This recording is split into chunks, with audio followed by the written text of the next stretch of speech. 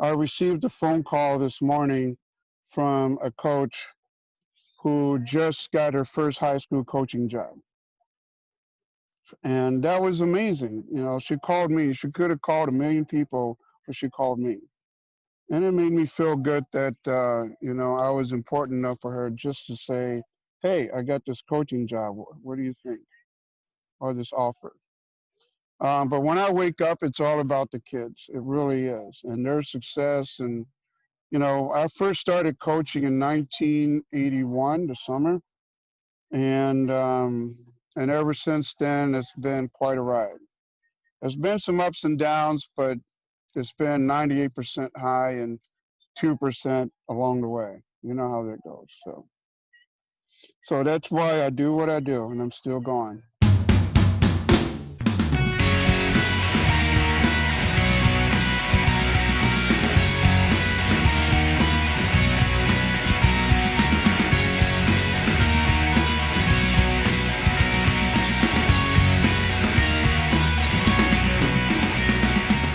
Hi, everybody. It's so great to have you here for another episode of The Journey. I'm Jeff Commings, along with my co-host, Molly Harmon. Now, Molly, you were so fortunate to get to talk with one of your swim coaches on our last episode. And now I get the opportunity to speak with one of my coaches, the one who I think was there for a lot of the successes that I achieved in the sport. I've had the pleasure of talking to today's guest, and I'm super excited to hear his journey. Like Jeff said, if you check out our last episode, you can see Mariah Bailey, my coach, and her journey as well. All right, so without any further ado, let's bring on Coach Paul Murphy to the show. Hi, Paul. How are you? Hey, Jeff. How you doing? It's great to see you guys again. Yeah, it's really good to see you, and I'm going to be really excited to learn more about your journey. I was telling Molly earlier that, you were my coach from age 13 to 17. And so, you were part of a lot of the success that I achieved in the pool. But I think there's a lot that I guess I don't know about you in terms of you being a coach and everything. And so this is going to be really exciting to learn more about who you are as a person, I guess. Well, thanks. Okay. You're going to learn a lot. I'm looking forward to this. Good. So we're just going to start at the beginning. I want to know about your swimming career, how you started, and kind of lead us up to the point where you decided to kind of hang up the suit and goggles, so to speak. Okay, so I was originally a baseball player. Okay, right. And I was swimming at the old Berkeley pool. I was swimming around, and the coach saw me swim, and he told me to come over to the lap pool to swim again with some of his guys. And I raced them and I beat them with no background whatsoever. And then it really started from there. The next year I played water polo, swam in college, swam at the Hazelwood Swim Club. Then we swam at the Sugar Creek Swim Club. And that's really how it started. I was a baseball player turned swimmer, and that's really how it started. Did you ever think at any point in your swimming career that you'd go back to baseball? When I was in college, I used to watch the baseball team play. And I thought, hey, I can do this. But then I had aspirations of making the Olympic team in swimming. So that kind of, knocked that out the window. Okay. And what led to you saying, okay, this is the end of my swimming career? How old were you? Well, so we didn't have pro swimming then, but I continued to swim on my own. I swam masters meets, and I broke some masters records, and swam at the old Columbia swim meet, the summer meet they used to hold up there. And I held the 50 breaststroke record for years. And then Rob Doomscombe came up later and beat it. I remember you talking about a lot of these records that you used to hold, and it must have been, it's always exciting to break records. And I think you had told me one time that at a meet or something that I broke one of your records. Yeah. So that was one of the Summer League meet. I held that record for a minute, and literally a minute until you came around. and knocked it through the park. So, and it still might be there, that record you hold. But it was fun. When I swam, like I said, we didn't have professionals, but I trained on my own, and I enjoyed racing. I enjoyed competing. Then all of a sudden, I had to get a job and had to raise a family and so forth. So. Okay, so now we're leading you up into your professional life, and talk about some of the jobs that you had and then how that led into all of a sudden being a full-time swim coach. So this is going to sound really weird, but I'm 58, and I decided to continue with this when I was 50. After all of these years, I'm thinking, there's nothing else for me to do, so I'll just keep doing this. Basically, how my coaching career started was my high school coach was the summer team coach. He quit, and they asked me to do it for 1 year until they can find a coach. I'm still coaching, so they haven't found a coach yet after all these years. Then my journey has been, kind of all over the place, but every stop I've made has been extremely educational and fortunate. And my fire is burning just as much as today as it was in 1980. What is your favorite thing about being a swim coach? People like you and Jeff, the kids that I swim, I have awesome quotes in practice today, every day. I had a young lady tell me that her jokes were funnier than mine the other day. Okay. I had the same girl ask me to play a song in practice. I said, it can't be any curse words in the song. And the song was by the Fritz, named Ice, or something like that. And the third word in the song was the big F word across the whole entire pool. And I told her she was going to get me fired. So just stuff like that. I mean, that keeps me going. And I also like to watch kids be successful, not only in the pool, but in life. I had the opportunity to watch Jeff grow from a pretty good swimmer to a top 5 or 6 swimmer in the world. And that was a true joy for me. And I'll never forget that. I had swimmers before him who did a great job, and swimmers after him who continue to do the same attitude. Yeah, it was a fun 5 years that I was with you.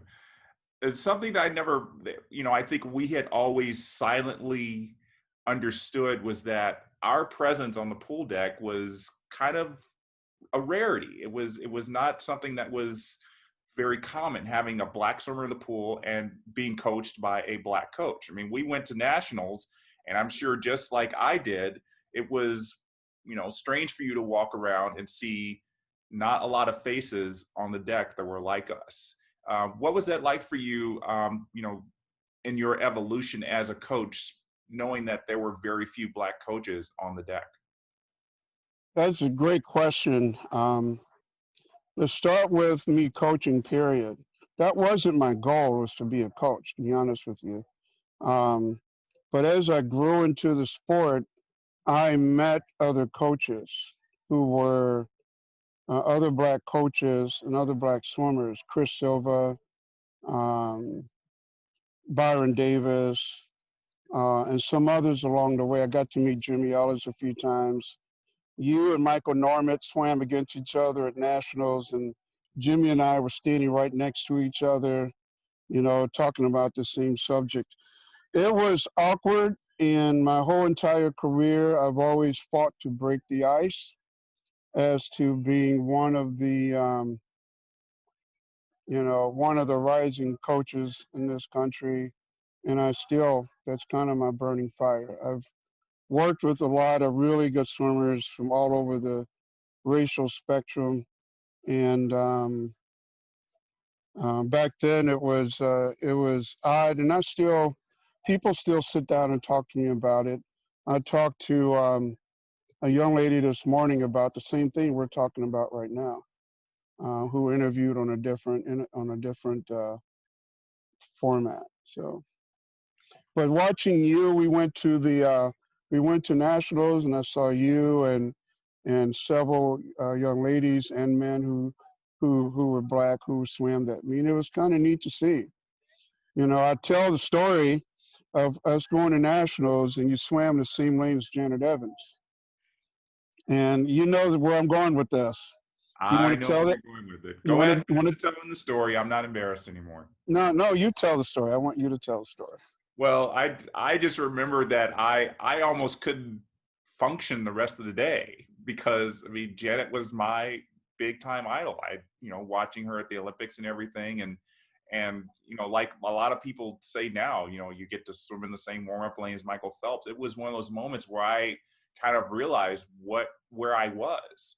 I mean, I was always the type of swimmer who was just like, okay, this is just the meet and go out and swim and everything, but to get in a warm up pool and to have Janet Evans say she almost runs into you or something like that, and she says sorry about that, and I don't have the words to express what I want to say, and I remember I told you that Janet Evans was in my lane, and I felt like a 12-year-old kid, and I was like what 16, 15, Yeah, 16, 15 years and old. Yeah, and I was just like I was so over the moon about the fact that all these swimming idols that I had watched on TV, I was in the pool with them. And it wasn't, that I said, "Oh, I belong here. I am in the same pool as Jane Evans." I was just going crazy. And I hmm think for both of us, I think it was just that kind of thing. I'm sure you even were, rubbing shoulders with coaches that you idolized at the same yeah, time. yeah. At that time, as a coach, I didn't try to look at myself as the black coach on deck. I wanted to be the coach. I wanted to be Jeff's coach. I wanted to be whoever I was coaching's coach. And and I did meet the Richard Quicks of the world and the Eddie Reeses of the world, and I think I lost. And the coaches on deck, which just inspired me to do even more in the sport of swimming. Yeah, it was absolutely fantastic. And just like you said, I didn't think of myself as a black swimmer, but I guess it's still part of us that we're on deck and we want to prove that we belong there. And I think we have to feel like Exactly. we work a little bit harder to just show people that we Yep. do. Yes, indeed. The meets that I go to now, I put a little leg into the sport now.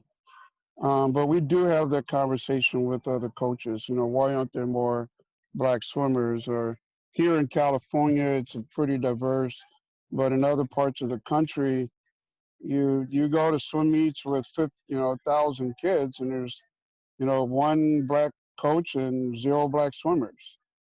You Right. know, and the cool thing is when parents and families meet me, they're not sure what they're getting until they watch us swim or they pick my brain and figure out I know what I'm talking about.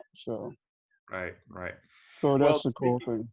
so in a kind of another kind of David versus Goliath thing, I mean, when you were my coach, you were the coach of North County Swim Club in Berkeley, North County, St. Louis, and relative to the other big super teams in St. Louis, it was relatively small. I think not even 100 kids on the team, and then Yeah.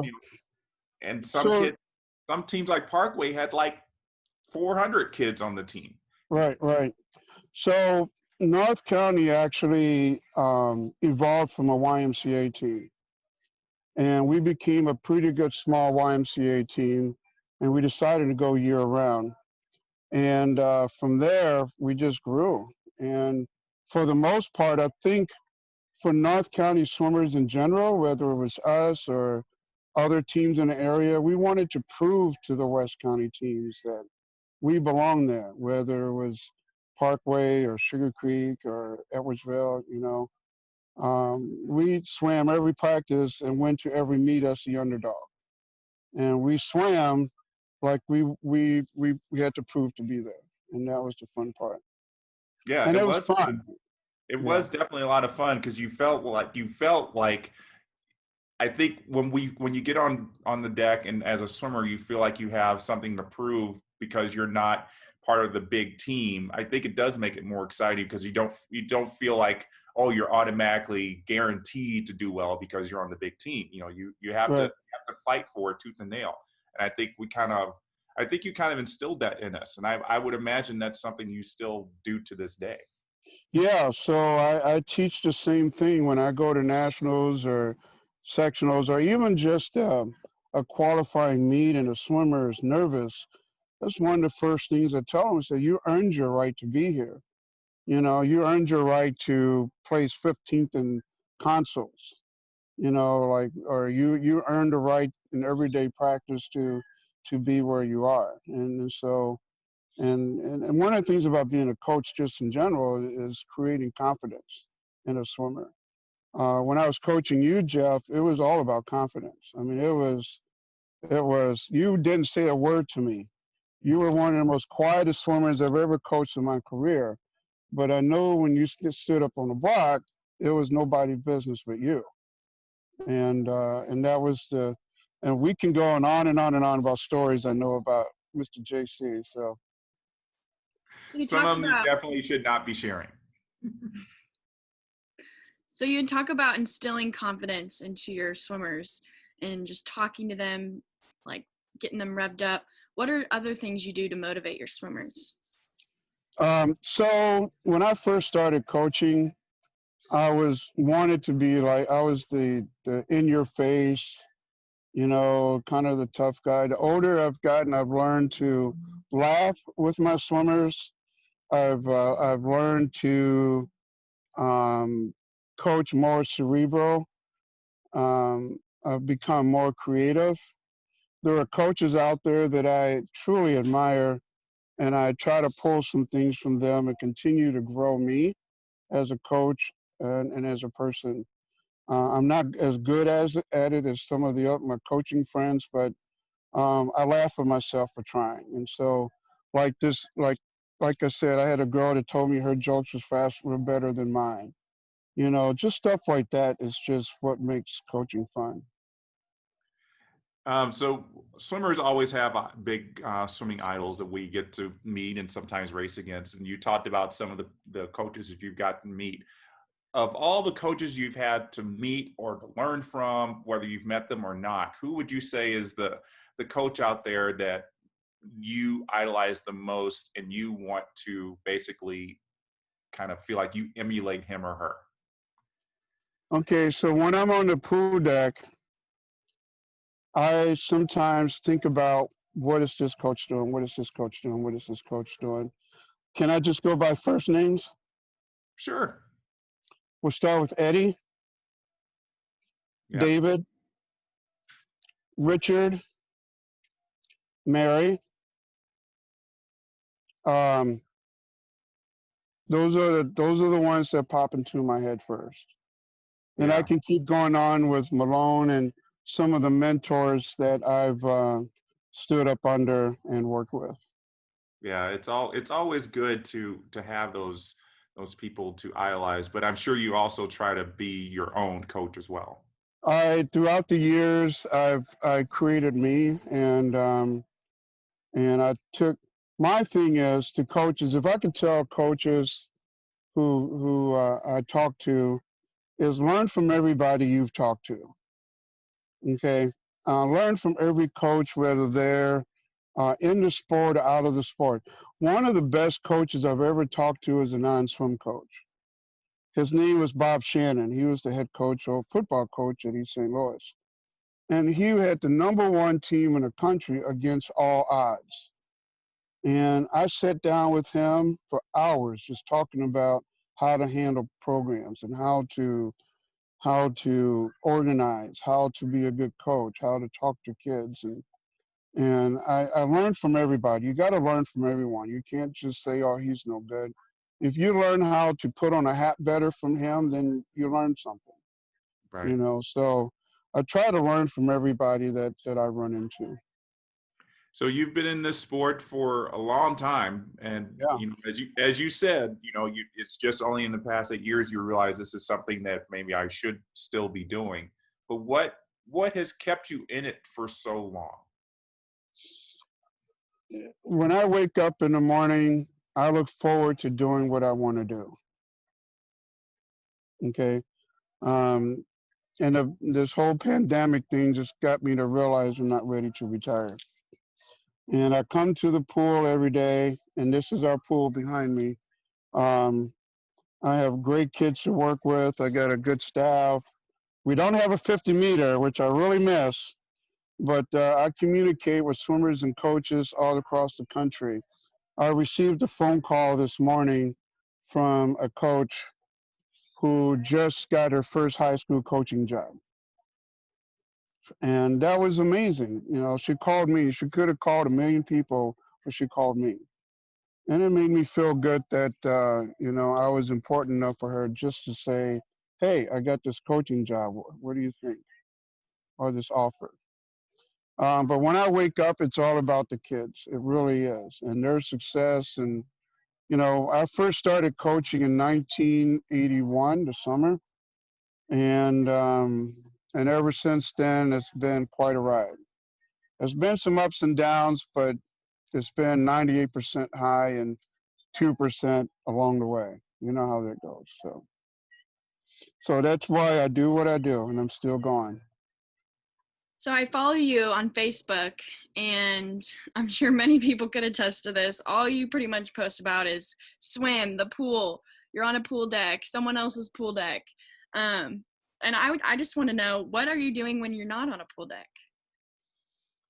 Wow. I like to travel. I like to watch good movies. I like good food, too much food. Um, and honestly, I like to talk shop when I'm not tired. When I'm tired, I don't like to talk shop. But when I'm up and going, I do like to talk travel. That's about it. That's a lot. It keeps you busy, and hopefully when all this clears up, you can get back to traveling. I know we all. I think everybody wants to just be able to comfortably get on an airplane and see somewhere different than where they are right now. So, Jeff, as your coach, have you shared with everyone that our similarities? Your birthday is close. We Yes, were we both both. swimmers. Yep, we both had February birthdays, which um, you know, I actually told that to somebody once, and they were very much into astrology, and they said, I don't know how you guys got along, because people that are pretty much in the same astrological sign don't usually get along, especially when it's a Right, kind of a mentor mentee or, you know, teacher student relationship. But yeah, we right. managed to. We did pretty well. Both were breaststrokers. I beat you one time. I remember that you were on cloud nine for weeks because What you about thought it would never yours? happen, and I think I might have actually challenged you to it. Actually, you were having a bad practice, and you were getting on my nerve. And so I went in to go put on my swimsuit. I said, Jeff, we're going to swim a 25 breaststroke. And the whole team surrounded the pool. And we did a 25, and I beat you. And you looked at me and said, let's do it again. The rest is history. I'll and never forget that. And I'm not really one of those people who takes losing that seriously, where I can't stand to lose. But yeah, losing to your coach is not fun, because then No. everybody else has to joke to you about Yep. Coach Paul beat you. it. Yep. So Uh, yeah, I yeah. remember the 25 breaststroke. Yeah. If we made a turn, that would have been it. If it was a 50, I'd have just gotten out the pool. Well, this has been great reliving some of these memories. It was a great time swimming for you, Paul, and it is always great to see all the successes that you've been having in the years since then. And as always, as I always say, thank you very much for help guiding me in my swimming career, and even, you know, kind of helping me in my life outside the pool in the years since. So thank you, Paul. I really appreciate it. Well, Jeff, you have been a class act as long as I've known you. We can we can go back years. We can sit and talk like we have and just go over funny stories. And you, I am so proud of you and Molly. But since I was with you, you have just elevated the world of swimming to no end. And you are a great person. I want you to keep up with what you're doing. Still keep being you. Well, I will do that. Thank you very much. All right, so that's going to do it for our show today. Thank you, everybody, for watching. And we're going to be back with another episode next week. So I hope you join us then. And remember, it's not just about the destination, it's also about the journey.